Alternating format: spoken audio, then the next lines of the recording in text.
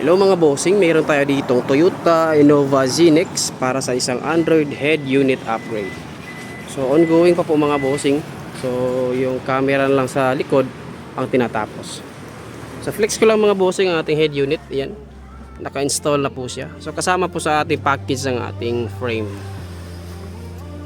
Yan po. So malinis po ang pagkaka-install. Wala po tayong wire na nakalaylay. Yan, patapos na po si reverse camera. Binabalik na lang po yung cover po. So mamaya mga boss, quick demonstration po tayo. Let's go. A few moments later. Yon mga bossing, tapos na ang ating installation.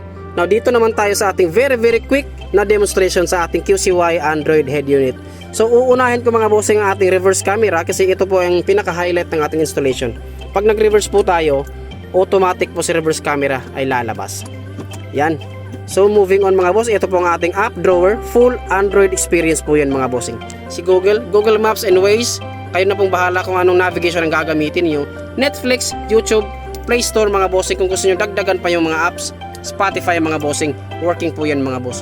Ayan, wireless Android Auto, wireless CarPlay, radio, and mga bossing kung mahilig kayong mag-tuning sa audio system ng unit, ayan po, meron po tayong DSP. Ito po yung equalizer na complete mga bossing, yun, soundstage, loudspeaker, crossover. Ayun. So ulitin natin si reverse camera. Ayun, working po mga boss. So yan lang po mga bossing, no, ating very quick demonstration nitong ating QCY Android head unit. Sa mga gustong magpa-install mga boss, PM lang po kayo sa aming FB page para po ma-pre-order natin yung frame para sa inyong unit kung sakaling wala tayong available na frame. Yun po mga boss, no. This is Andres Auto Accessories, Cagayan de Oro Branch mga boss. Kita-kits po mga bossing. Peace.